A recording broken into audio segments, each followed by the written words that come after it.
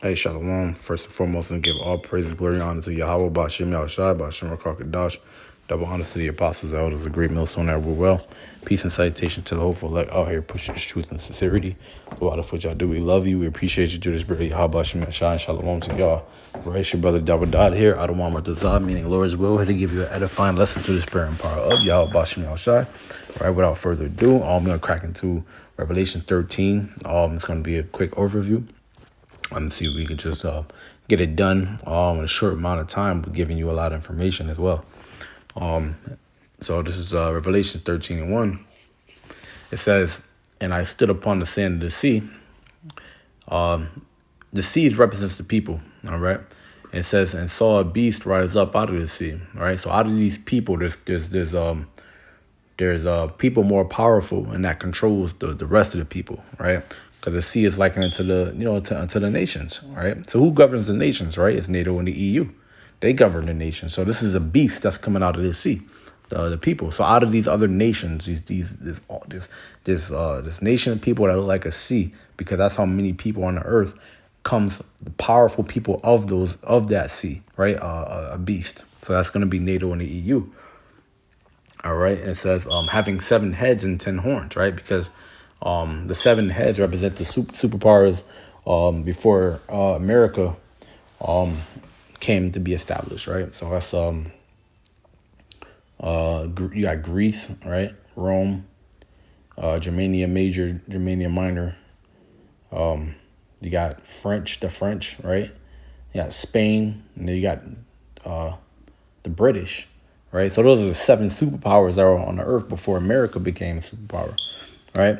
It says and 10 horns, right? Because during that time, during the Roman dynasty, you had something like the NATO, like NATO, pretty much was a governing body, just like NATO is today. But like for the time of the Roman dynasty, it was the ten allies, right, that were together during that time, just like you have today in NATO, because NATO started off with 10, right, and then they expanded to more, right? So NATO and the EU is expanded more for them to take over the known world. It says, "And upon his heads named a blasphemy," right? And this is Esau. That's what Esau did, in general.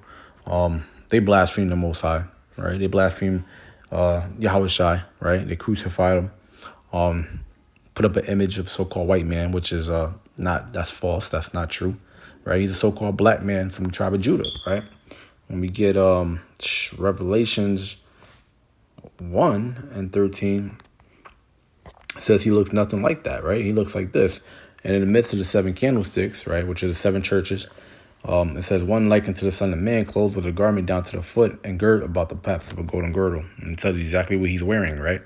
And then now it says, verse 14, "His head and his hairs were white like wool, as white as snow, and his eyes were a flame of fire." And that's because he drank a lot of wine. But you don't see that image showing you the white head of woolly hair, which is like what a so-called black man will have, right? And if he has a lot of wisdom, or if he's a little older, it's gonna be the color of grays or whites, right? But it's gonna be a texture of wool. Who on this earth do you know have a texture of woolly hair? Right? It says, "In his feet unto fine brass, as if they burned in a furnace, and his voice is sound of many waters." So he had a deep voice, but it's talking about the color and the context of what his skin looks like, right? Because if you put brass is already brown, but if you put it into a furnace, it's going to be burnt, right? It's going to be black. And that's what the color of Yahweh Shai, man. So he's not, so he was just, Esau's blasphemous, right? Who's, let's go back. What's it? Revelation 13. It said, "And upon his head the name of blasphemy," right? And that's Esau's doctrine to the rest of the world. Yahweh Shai and God are both white. No, that's blasphemous, right? It says in verse 2, Revelation 13:2, "And the beast which I saw was like unto a leopard," right? Because now we're talking about Alexander, right? It says, "And his feet were as the feet of a bear," which is talking about Russia, right? "And his mouth as the mouth of a lion, and the dragon gave him his power and his seat and great authority," right? Because Rome Rome have given pretty much, those superpowers back then. Rome gave them their power, and Rome pretty much gives that same power today, right? That same power comes from Rome. It says, and I saw one of his heads as it were wounded to death. Oh, and by the way, the lion, the mouth of a lion, that was the British, right? It said, I saw one of his heads as it were wounded to death, and his deadly wound was healed. Because it's talking about Rome here, right? And all the world wounded after the beast. Yeah, because when Rome fell, just like today, when America falls, the rest of these nations going to go down with them. But that's what happened during the time of Rome. A lot of Rome fell, man. The superpowers were pretty much taken over by Israel, right? But what happened was the deadly wound was healed, right? Because when you read, let me see, it's Malachi. When you read Malachi 1:4, it says this: whereas Edom saith, we are impoverished, but we will return and build the desolate places. Desolate the Lord, because the desolate places was, when Rome fell and their empire pretty much, was in desolation. They said they were going to come back, and they did. They came back during the Renaissance period, right? They took all of our images down. We ruled, and they took all the images down, and Yahweh Shai, the picture of Yahweh Shai, and the disciples, and angels and stuff, and they made them to so-called white people. They still did that today in America. What do we call iconoclasm, right? So they, let me see, get this real quick. Job 9:24 says, the earth is given into the hand of the wicked. He covereth the faces of the judges thereof. See? So he took all the men of the Bible and turned them white, which they're already white because they're pure. But in skin color, they were dark-skinned. It says, therefore, he covered the faces of the judges thereof. If not, where and who is he? Right. And the earth is given to the hands of the wicked. Esau is the wicked. If not, the where and who is the wicked? For real. Back in Malachi 1:4, it says, whereas Edom saith, which is a so-called white man, right? We are impoverished, but we will return and build up desolate places. Thus saith the Lord of hosts, they shall build, but I will throw down. And they shall call them the border of wickedness, and the people against whom the Lord had indignation for forever. So they're the border of wickedness, man, right? Let me see. They shall build, but I will throw down. Yeah, because the Most High is going to destroy Esau, man, at the end of the day. They should call them the border of wickedness because during this time, let me see.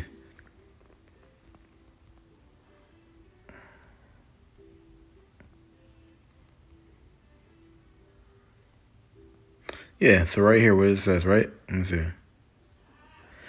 This is First Maccabees 1:9. It says, and after his death, which is Alexander's death, they all put crowns upon themselves. So he had four generals that put crowns upon themselves to give himself power, right? I believe it's four generals. It is more than, there's other men out there that, were in positions of power too that pretty much took power upon themselves as well.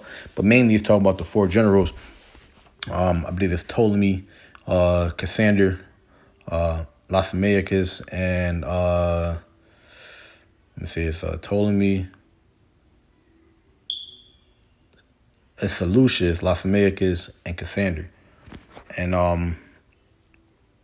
me see. And after his death, so after the death of Alexander, they all put crowns upon themselves. So did their sons after them many years, and evils were multiplied in the earth. So there you go. Right? Because it says and they shall call them the border of wickedness. Yeah. So evils were multiplied across the earth when Esau came, back into rulership and whatnot. All right. Which, before that, this because, Greece was pretty much, of course, obviously Greece was before America, right? But Esau, they've always been evil, but this is when it multiplied into the earth, So back, Salaki. Going back in Revelations, right? This is Revelation 13. Let me see. And 4.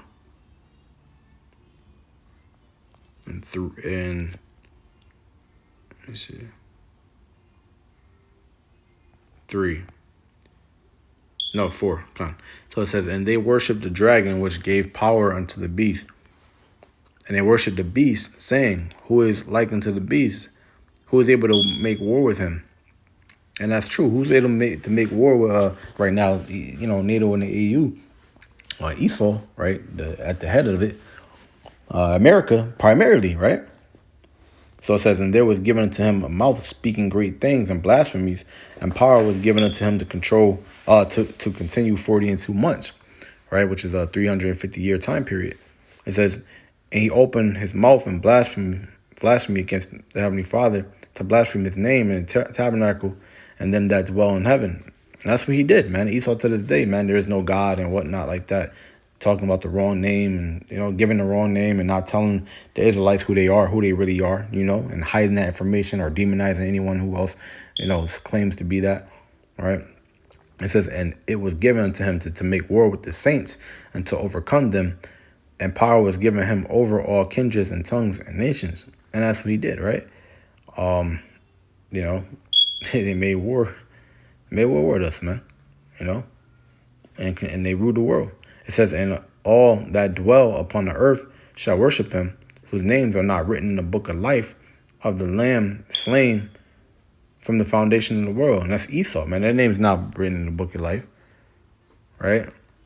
And the other nations as well, too. They're not getting these blessings. It says, if any man have an ear, let him hear. He that leadeth to captivity shall go into captivity. He that killeth with the sword must be killed with the sword. Here's the patience and the faith of the saints. And that's what we're waiting for right now, to put these suckers in captivity that they did to us.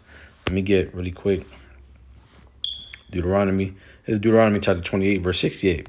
Right? It says, he that leadeth to captivity shall go into captivity, right? And the Lord shall bring thee into Egypt again with ships. The word Egypt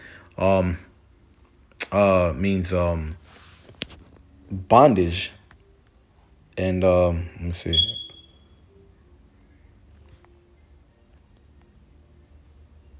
Mizraim, right? Which means a country northeast section. Wait, let me see. Oh, double straits. That's what we're looking for. Double straits. Right? Double straits. Straits is a position of difficulty, right? A position of difficulty. That's what we were in. We were in double straits. We were in double positions of difficulty as a people brought in with them damn by them damn ships, man, into slavery, brought into double straits, which is a position of difficulty by way of ships, right? That was us. We went through that. It says, by the way where I speak unto thee, that's, Moses talking to the Hebrew Israelites, he was telling them, this is what I told you was going to happen if you didn't listen, right? It says, thou shalt see it no more again, which is our homeland, right? It says, and there ye shall be sold into your enemies for bond men and bond women, and no man shall buy you, meaning no man shall redeem you, right? So, all right, so going back into Revelations, what does it say? Let's read it again. Revelation chapter 13 and verse 10. He that leadeth into captivity shall go into captivity. Beautiful, right? So he that killeth with the sword must be killed with the sword. Here's the patience and the faith of the saints. This is what we're waiting for. But like Yahushua said in was it Hebrews, we're not gonna do nothing yet, right? We're not gonna do nothing. We gotta wait for who? We gotta wait for Yahushua, man. Right? Hebrews chapter 12, verse 19. No. 19. Nope. Is it 16? Oh, Salakia, no. Hebrews. I thought it was Hebrews 12 and 19. Bear with me, Salakia.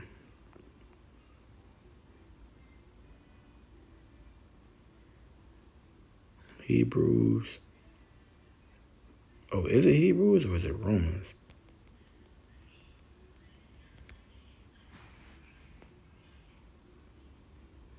Nah, it can't be Romans. Okay, yes, it is wrong. I'm tripping. All right, so deliver. It said, okay, Romans 12 and 16, 19. Dearly beloved, avenge not yourselves, but rather give place unto wrath. For it is written, vengeance is mine, I will repay, saith the Lord. So we're not out here, we're not saying that we're about to do nothing. What we're saying is we're going to wait for our Lord and Savior to come back, and then all hell is going to break loose for y'all niggas out there, man. That's all we saying. You know, and because it says, here are the patience, because we got to wait, man. Here are the faith and the patience of the saints. Beautiful. Here is the patience and the faith of the saints. Revelations 13:11. And I beheld another beast coming up out of the earth, and he had two horns like a lamb, and he spake as a dragon. And I beheld another beast coming up out of the earth, and he had two horns, which is because this is America, right? He had two horns like a lamb, and he spake as a dragon, because remember, Rome is that dragon that gave all that power to those other allies out there, those other forces out in the world. America is spiritually Rome all over again, right? When you growing up and you're kid in school, they teach you Roman numerals. You have to learn Latin to be in these prominent positions, such as being a doctor or a lawyer. Look at the infrastructure, right? The eagle, even the eagle, man. When you read like Obadiah, what it say? When you read Obadiah, it says, Obadiah 1 and 4, it says, though thou exalt thyself as the eagle, and though thou set thy nest among the stars, thence will I bring thee down. Because all these high skyrise buildings, they got their satellites in the air, all these cameras and stuff. And who is it talking about? Verse 1, the vision of Obadiah, thus said the Lord Yahweh concerning Edom, which is the so-called white man. Edom goes back to Hebrew word Adawam, which means red, right? We have heard a rumor from the Lord, and an ambassador is set among the heathen, right? So these are the leaders of these heathens, man, which means just means not someone who's not an Israelite, right? Country dweller, right? It says, "Arise ye, and let us rise up against her in battle." So that's what it's talking about here in Revelations, right? Verse back in 13, it says, another beast coming out of her, and he had he spake as a dragon, because this is spiritually Rome all over again. Rome had an eagle, and so does America. You see that? All right. Now you can make the argument, say, well, Mexico got the eagle in their flag and stuff like that. Well, that's because they were conquered by Esau. Esau put that eagle there, So it's beautiful, man. It's beautiful. It says, and I beheld another beast coming up out of the earth. This is talking about America, and he had two horns like a lamb. And those two horns represent the two positions of government here in America, just like Rome had. Which now is the democracy and the Republicans, or the Democrats and the Republicans, right? So there you go. And Rome had two superpowers as well, right? Well, not superpowers, but Rome had two forms of government as well. So that's why I said speak as a dragon, because it's Rome all over again, right? All right, so let's go down verse 12. It says, and he exercised all the power of the first beast before him, which was Rome. Rome did it, and now Esau, now which America's exercising that same power that Rome had, and they're doing the same things in a like-minded fashion, right? Rome spiritually all over again, and calleth the earth and them which dwell therein to worship the first beast, whose deadly wound was healed. And it says, and he doeth great wonders, so that he maketh fire come down from heaven on the earth in the sight of men, and deceiveth them that dwell on the earth by the means of those miracles which he had power to do in the sight of the beast, saying to them that dwell on the earth, that they should make an image to the beast which had the wound by a sword, and did live. And it says, and he had power to give life unto the image of the beast, that the image of the beast should both speak and cause that as many as would not worship the image of the beast should be killed. So there's going to be a time when they're going to implement this image, right? first they're going to deceive because it was talking about who they got power, right? So that's the witchcraft that they send through the earth, man, with all their lies or deception. Esau, is a devil, and the word devil means deceiver, right? It comes from the Latin diablos, which means deceiver. And that's what they do. They deceive the world, man. And first they're going to deceive the world into taking this image, into worshiping this image. And then they're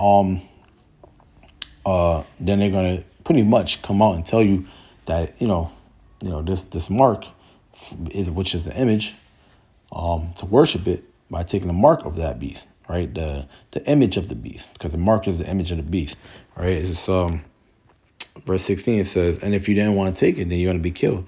Verse 16 says, and he calls all, both small and great, rich and poor, free and bond. All right, that's everybody to receive a mark in their right hand or in their foreheads, man. Right? Because that mark, man, is that mark is the charagma, right? The charagma, which is the RFID microchip, man. Just go ahead and say it. That's what it is. They're gonna have all your information in there. You won't be able to, purchase anything without it. Verse 17, because actually it's gonna say it says, and that no man might buy or sell, save he that had the mark, or the name of the beast, or the number of his name, which is 666, right? The chai stigma, right? And what it is 666. The chai being the foundation, right? The preparation for it, the preparation for that mark, which was pretty much the jab, the juice, the sauce, however you want to put it. The preparation for that, you got these devices out there that already take that information, that RFID technology. It's already the infrastructure being built for it. That's the chai, right? And the sty is I believe the actual instrument. The chai is that's the actual like surgical tool for it, right? And then the stigma is the mark, is the